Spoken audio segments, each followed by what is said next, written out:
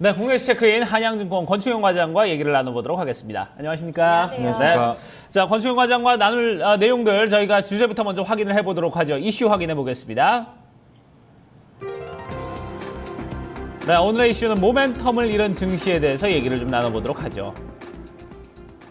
말 그대로 진짜 방향을 우리가 좀 어떻게 잡아야 될지 아니면 어디에 포인트를 맞춰야 될지 참 어렵습니다. 뭐 이거 코스피, 코스닥이 매일마다 하루마다 좀 엇갈리는 양상을 좀 보여주고 있고요. 거기에다가 기관들도 그렇고 외국인들도 그렇고 도저히 좀 방향성을 잡을 수 없는 그런 상황의 시장 국면이 계속해서 이어지고 있습니다. 네, 맞습니다. 뭐 방송에서 이런 말씀 드려도 될지 모르겠지만 굉장히 좀 비빌 언덕이 없다라고 좀 말씀을 드려도 좀 될 만큼 굉장히 모멘텀이 없는 증시의 모습을 계속해서 보여주고 있습니다.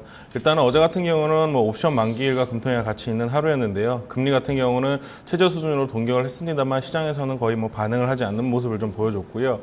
만기일 폭풍은 좀 없었습니다만 다만 모멘텀을 좀 보여주지 못하면서 좀 하락하면서 끝나는 모습을 보여줬습니다. 일단 수급적인 이슈로 봤을 때는 코스피 같은 경우는 외국인이 한 2,200억 정도 매도를 했고요. 기관 한 300억 정도 매도를 했습니다. 뭐 외국인이 최근에 좀 선물 매도를 좀 했었기 때문에 물량을 많이 출하한 것이 아니겠는가 생각을 좀 하고 있고요. 네. 다만 코스닥 같은 경우는 말씀하신 대로 외국인이 한 368억, 기관이 한 148억 정도 좀 매수를 해주면서 그래도 매기가 좀 도는 분위기가 돌았나 했습니다만 그래도 이제 종목별로 좀 대응을 하셨다면 괜찮겠지만 전체적인 분위기는 좋지 않았던 것이 마찬가지입니다. 일단은 뭐 계속해서 글로벌 증시와 디커플링이 굉장히 좀 심화가 되고 있고요. 다만 뭐 오늘 글로벌 증시가 좋지 않았기 때문에 한국 오늘 또한 좀 디커플링 됐으면 좋겠다라는 좀 마음이 드는 그런 하루입니다. 또 일본과 중국 증시가 굉장히 좀 상승 추세가 좋았었는데 이 부분에 비해서 한국 시장이 굉장히 좀 소외를 받았기 때문에 이 부분이 좀 어느 정도는 해소가 좀 돼야 되지 않겠는가. 다만 뭐 지난 수요일에도 말씀드렸다시피 과도한 정부 정책, 금융 정책으로 인해서 좀 부작용이 나고 있다라고 좀 판단을 하고 있습니다. 그리고 일단 뭐 대우증권 같은 경우도 내년에는 뭐 시스템 리스크가 충분히 발생할 수도 있다. 뭐 저점을 한 1,700포인트까지 예상을 해놓는 그런 리포트를 좀 내놨더라고요. 좀 많은 사람들이 시장을 좋지 않게 보고 있는 가운데 굉장히 좀 힘든 시장의 모습을 계속해서 좀 보여주지 않겠나 이렇게 생각을 하고 있습니다. 네, 참 우리 증시만 어떻게 보면 진짜 아시아권에서 보면은 약간 좀 왕따 같은 느낌도 좀 들고 지금 혼자서 지금 지수가 좀 따로 놀고 있는 이런 듯한 모습인데 어쨌든 간에 이런 부분이 물론 이제 상승 추세를 못 따라가는 부분은 좀 안타깝긴 합니다만 하락장에서는 그것도 안 따라가면 또 상당히 좀 긍정적으로 좀 작용할 수 있기 때문에 이런 부분에 대한 기대감을 오늘은 좀 가져볼 수 있지 않을까 하는 생각이 들어요. 간밤에 글로벌 증시가 상당히 많이 밀렸는데 이런 부분에서 원인을 찾아보면 뭐 금리 인상에 대한 우려 여전히 남아있고 또 상품 관련주들이 많이 좋지가 못했었잖아요. 여기에서의 영향력은 어떻게 봐야 될지 오늘장 예상 어떻게 하세요? 네, 일단 뭐 전일 뭐 외국장 같은 경우는 아무래도 유가와 금리 인상의 이슈가 가장 컸던 것 같습니다. 다만 뭐 금리 인상 같은 경우는 크게 걱정할 부분은 아니라고 좀 판단을 하고 있는데 이 부분은 일단은 뭐 거쳐서 넘어가야 되는 과정이기 때문에 이 과정을 좀 분명히 지나가야 된다라고 좀 생각을 하고 있습니다.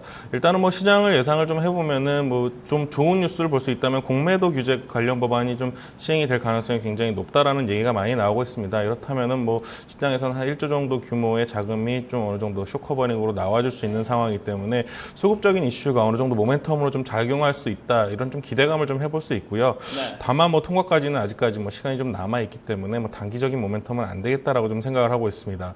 다만 뭐 지수 같은 경우는 제가 봤을 때 뭐 큰 폭의 하락을 하겠느냐라고 좀 생각을 하고 있습니다. 지수 자체는 어느 정도 좀 핸들링을 해 가면서 좀 하락이 될 수 있다라고 좀 생각을 하고 있고요. 다만 종목별 대응이 굉장히 중요하다. 종목별로는 이런 과정에는 한 20-30% 빠지는 이런 종목들도 굉장히 많이 나올 수 있는 시장이거든요. 그렇기 때문에 여전히 뭐 종목의 상승 지속성이 좀 부족한 시장 가운데 좀 중장기로 좀 시장을 좀 길게 보셔야지 뭐 단기적으로 뭐 매매를 하시겠다 했을 때는 굉장히 좀 리스크가 큰 그런 시장이 될 수 있다라고 좀 예상을 하고 있습니다. 네. 그런데 그 지속성, 그러니까 종목을 선별하는 데 있어서 말씀하셨지만 종목의 지속성, 상승 지속성이 상당히 지금 짧은 그런 장세가 이어지고 있잖아요. 게다가 이제 어제부로는 뭐 실적 시즌도 어느 정도 마무리가 됐고 네. 어떤 모멘텀을 보고 우리가 접근을 해야 될지요. 단기적으로 그렇게 뭐 생각해야 될 모멘텀이 있을까라고는 좀 굉장히 없다라고 좀 생각을 하고 있습니다. 다만 뭐 종목별 대응을 하신다면은 충분히 가능할 수도 있는 시장이고요. 일단은 뭐 종목 같은 경우에는 뭐 물론 상승도 빠르지만 그만큼 하락도 빠른 시장을 계속해서 좀 보여주고 있습니다. 네. 그러다 보니까 아무래도 좀 과매도권이 많이 나오고요. 또 개인분들이 굉장히 겁을 먹으셔서 좀 굉장히 말도 안 되는 가격에 파는 그런 모습들도 굉장히 많이 보여주고 있습니다. 이런 부분이 굉장히 좀 안 좋을 수도 있겠지만 일단 새로 진입하는 입장 입장에서는 굉장히 가격 메리트가 충분히 단기간에 나올 수 있는 부분이기 때문에 이런 부분에서는 제가 봤을 때는 감매도권에 진입하는 종목들을 단기 매매로 임하신다면 또 5%는 또 굉장히 또 쉽게 먹을 수 있는 그런 시장의 모습도 충분히 띄고 있는 것은 사실입니다. 일단은 뭐 중요한 것은 기간이 좀 매도하는 종목들은 연말까지는 좀 피하셔라라고 좀 말씀드리고 싶습니다. 일단은 기간이 좀 많이 매수를 한 종목이라면은 연말까지는 계속해서 좀 어느 정도 매도세가 좀 지속될 가능성이 높기 때문에 그런 부분에서는 좀 어느 정도 피해 가시는 게 좀 좋을 것 같고요. 그리고 일단은 뭐 테마주가 굉장히 이런 시장에서는 좀 난동을 부릴 가능성이 굉장히 많이 있습니다.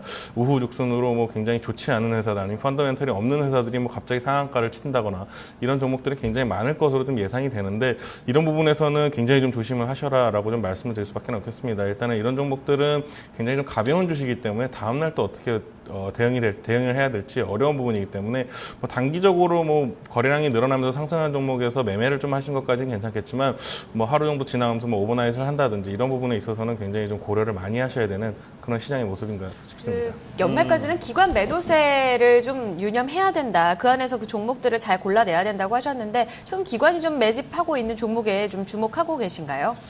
일단은 최근에 뭐 종목들을 매집하는 모습을 보면요. 좀 화학주라든지 아니면 건설주 그리고 좀 대형주 쪽에서도 많이 하는 모습들이 나오고 있습니다. 그리고 또 화장품 쪽도 굉장히 좀 매수를 하는 모습들이 하고는 있는데 다만 이 지속성의 여부가 굉장히 어렵습니다. 제가 말하는 것은 뭐 일단은 매도하는 종목군을 좀 조심하라는 거지 매수하는 부분을 같이 따라가기에도 굉장히 좀 부담스러운 부분이 있습니다. 그렇기 때문에 좀 저점을 좀 잘 잡는 그런 좀 눈치를 좀 잘 보셔야 될 것 같습니다. 네. 눈치 보기 장세가 좀 당분간 좀 지속될 것이다. 모멘텀을 잡기는 좀 어려울 것이다. 이렇게 얘기를 해주셨습니다. 글쎄요, 연말로 가면은 항상 뭐 이렇게 소비 시즌에 어떤 편승을 해서 계속해서 우리 증시 좀 올라가는 모습을 보여줬는데 올해는 좀 그와는 좀 다른 그런 양상을 좀 보여주고 있는 것 같고요. 거기에다가 금리 인상을 또 앞두고 있기 때문에 이런 부분까지 미지수로 작용해서 상당히 좀 어려운 장세가 되고 있습니다. 이런 부분에 대해서 저희가 얘기를 나눠봤고요. 여러분들 당분간은 조금은 이제 시장의 어떤 대응에 조금씩 이제 눈치를 보면서 발빠르게 대응하셔야 하는 그런 패턴이 이어지지 않을까 하는 생각이 듭니다. 네, 오늘 전략 여기서 마무리 짓겠습니다. 국내 이슈 체크인 한양증권 권충현 과장과 함께했습니다. 감사합니다, 과장님. 감사합니다. 고맙습니다.